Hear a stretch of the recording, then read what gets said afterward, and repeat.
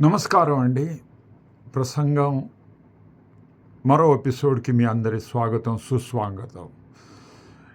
నిన్న 16వ తేదీ జూలై 2026 చాలా మంచి రోజు.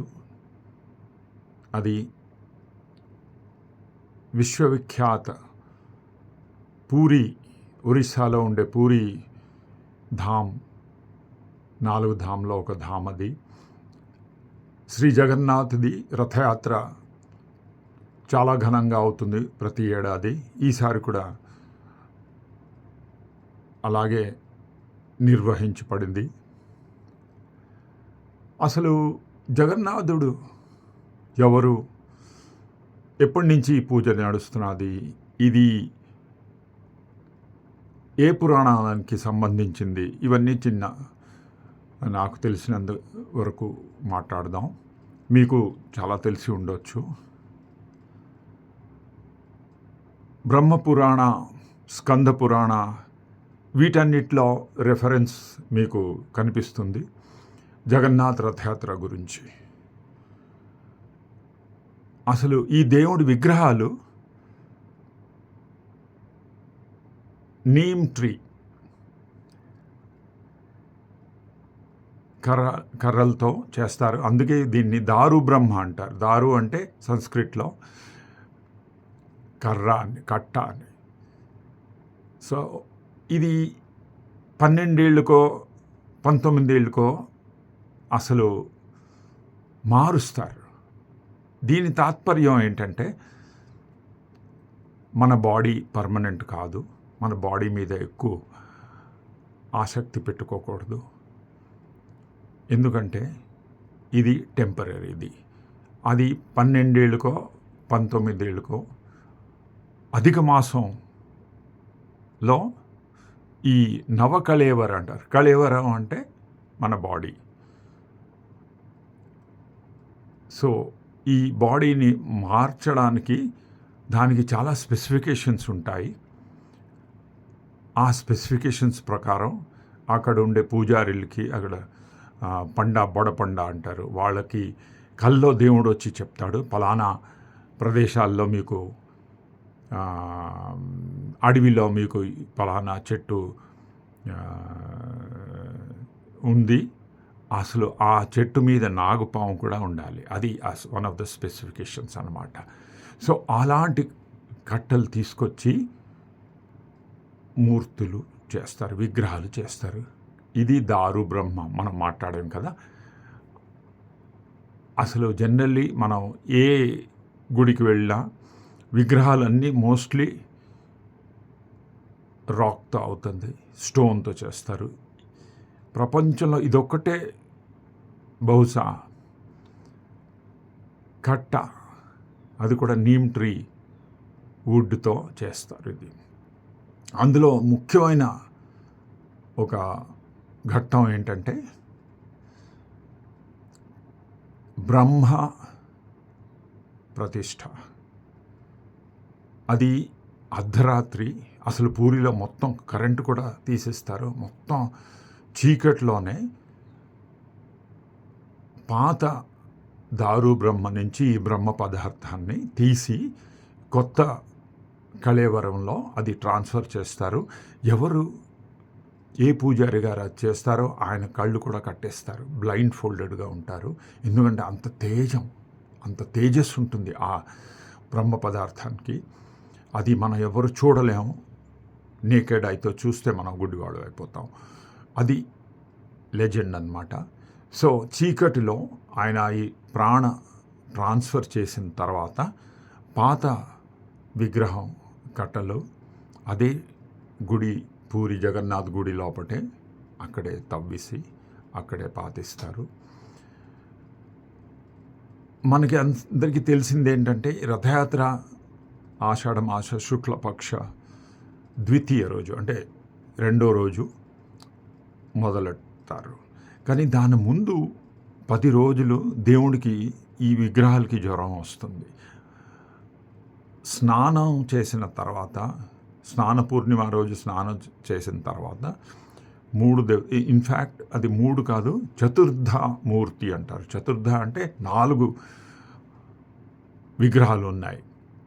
మనకు తెలిసింది శ్రీ జగన్నాథ్, ఆయన అన్నయ్య శ్రీ బలరాముడు, చెల్లి సుభద్రాదేవి, ఇంకా చక్ర, సుదర్శన చక్ర ఒకటి. అది కూడా జస్ట్ ఒక చిన్న స్మాల్ పిల్లర్ లాగే ఉంటుంది. అది అసలు ఈ చెరాపొహరా అంటారు. అంటే పూరి గజపతి రాజు వచ్చి బంగారం చీపురుతో పవిత్ర నీళ్లు జల్లుతూను పౌరోహితులందరూ వెళుతున్నప్పుడు వాళ్ళ వెనకాతల ఊడుస్తూ వెళ్తారు, చీపురుతో ఊడుస్తూ వెళ్తారు. అంటే ఏంటి, మనం క్లీన్గా శుచి కోసం అసలు మన ఎంత పెద్ద అయినా మనం క్లీన్గా ఉంచాలి మన ప్రదేశాలు అని మోదీ గారు అన్నట్టుకు స్వచ్ఛ భారత్లో అందరూ పాల్గొనేలాగా చేయించాలి. అది దాని తాత్పర్యం. అలాగే యాక్చువల్లీ ఇది దారు బ్రహ్మ ఎందుకు అయింది, ఎలా అయిందంటే విష్ణు కల్లోకి వచ్చి ఒకళ్ళని పంపిస్తారు. ఇంద్రద్యుమ్న రాజుడు, అప్పుడు ఇంద్రద్యుమ్న, ఇంకా రాణి పేరేమో గుండిచాదేవి.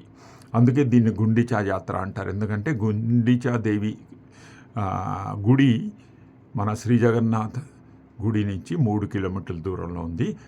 ఆ మేనత్త అవుతారు. మేనత్త వాళ్ళ ఇంటికి గుండిచా గుడికి ఈ 4 దేవుళ్ళు వెళ్తారు. ఓ వారం ఉంటారు. మొదటి రోజు రథయాత్ర, రిటర్న్ రథయాత్ర అని బహుడా జాత్ర అంటారు. సో 9 రోజులు బయట ఉంటారు, గుళ్ళో ఉండరు. ఇది ముఖ్యమైన కారణం.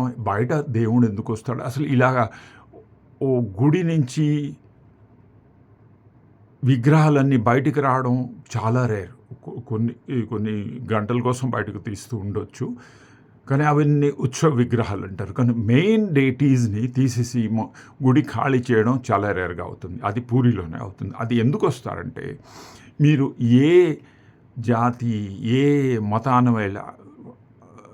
వాళ్ళు అయినా మీరు దర్శనం చేయొచ్చు, ఆ రథాన్ని మీరు లాగొచ్చు. రథం లాగితే అసలు ఇంకా పునర్జన్మ ఉండదంటారు. యాక్చువల్లీ ఇది కట్టతో ఎందుకు ఉంటుంది దారు బ్రహ్మ అంటే, అది బర్త్, డెత్ అండ్ రీబర్త్, పునర్జన్మ, జన్మ మృత్యు పునర్జన్మ, ఈ సైకిల్ని ఎక్స్ప్లెయిన్ చేయడానికి అలా అవుతుందన్నమాట. సో అసలు జగన్నాథుడి గురించి మాట్లాడాలంటే ఎంతైనా సరిపోదు. ఎందుకంటే హరి కథ అనంత, అన్నీ చేస్తున్నది ఆయనే చేస్తున్నాడు. ఆయన స్టోరీ ఇంపాసిబుల్ మనం మాట్లాడలేమంత. ఆయన చేస్తుంటాడు, చేతులు లేవు. అన్నీ చూస్తూ ఉంటాడు, కానీ కళ్ళు సర్కిల్గా ఉన్నాయి. ఆ స్టోరీ నేను మీకు చెప్తాను.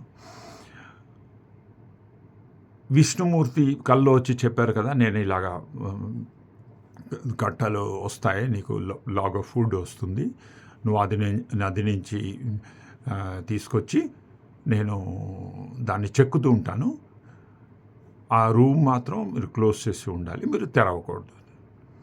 కానీ గుండిచాదేవికి డౌట్ వేస్తుంది, ఏంటి చప్పుడేం లేదు, ఏమైనా చేస్తున్నారా లేదా, ఏదైనా డబ్బులు ఇంత తీసుకుంటాడు, ఎన్ని కాయిన్స్, గోల్డ్ కాయిన్స్ తీసుకుంటాడు, ఈయన ఏమైనా చేస్తున్నాడా లేదో, లేకపోతే ఏమైనా దానికి ట్రిక్ ఉందా అనుకొని అర్ధరాత్రి ఒకసారి ఎవరు అందరూ నిద్రపోతున్నప్పుడు ఆ గుడి తలుపు తెరిచిస్తారు. అప్పటికి ఇంకా మూర్తి కంప్లీట్ అవ్వలేదు. చేతులు లేవు, కాళ్ళు లేవు, మొహం కూడా జస్ట్ సర్కిల్సే ఉన్నాయి, కళ్ళు. అందుకే చొక్కా డొళ అంటారు. చొక్కా అంటే సర్కిల్, డొళ అంటే మన కన్ను, ఈ బ్లాక్ ఐబాల్స్ అన్నమాట. సో చొక్కా డొళ అలాగే ఆ రూపంలోనే వస్తాడనమాట. సో ఇదండి ఈ కథ. జై జగన్నాథ్. మీరందరూ ఆనందాలతో ఎప్పుడు హ్యాపీగా ఉండాలి. May God bless. జై జగన్నాథ్. Take care. బాబాయ్. మనం మళ్ళా వచ్చే వారం కలిసే వరకు టేక్ కేర్. God bless. జై జగన్నాథ్.